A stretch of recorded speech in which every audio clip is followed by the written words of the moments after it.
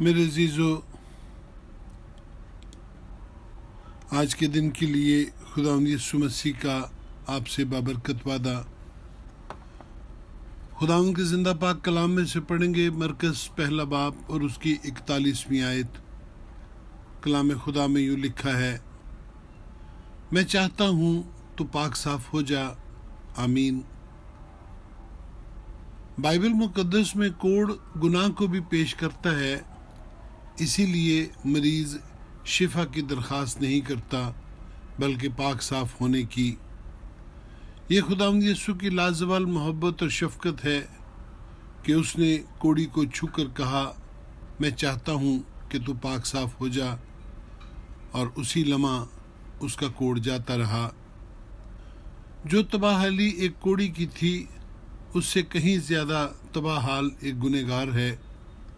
وہ خدا کی بادشاہی سے خارج ہے، لیکن ہمارے خداوند نے سب کے لیے جان دی اور کفارہ دیا ہے۔ اب گنہگار کو صرف یہ کرنا ہے کہ وہ مسیح یسوع کو ذاتی نجات دہندہ قبول کرے اور گھٹنے ٹیک کر معافی مانگتے ہوئے کہے کہ مجھے پاک اور صاف کر۔ اس دعا کے ساتھ ہی خداوند یسوع اسے نہ صرف جسمانی بلکہ روحانی طور پر بھی پاک اور صاف کر دے گا۔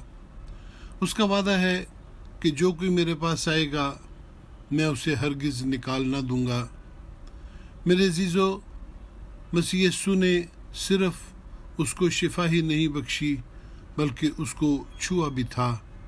اس کے چھونے میں ترس اور محبت پائی جاتی ہے۔ شرعی طور پر مسیح یسوع ایک کوڑی کو چھونے سے رسمی طور پر ناپاک ہوا، لیکن یہ اس لیے ہوا تاکہ وہ نوشتہ پورا ہو کہ جو گناہ سے واقف نہ تھا وہ ہمارے واسطے گناہ ٹھہرایا گیا، تاکہ ہم اس میں ہو کر خدا کی راست بازی ہو جائیں۔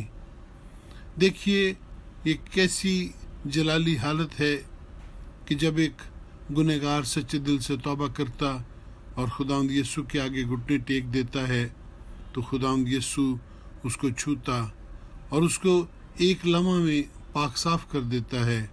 کاش ہم سب اپنے گناہوں سے توبہ کریں تاکہ وہ ہمیں چھوئے اور ہم تبدیل ہو جائیں۔ آمین ثم آمین۔ خداوند آپ کو برکت بخشے۔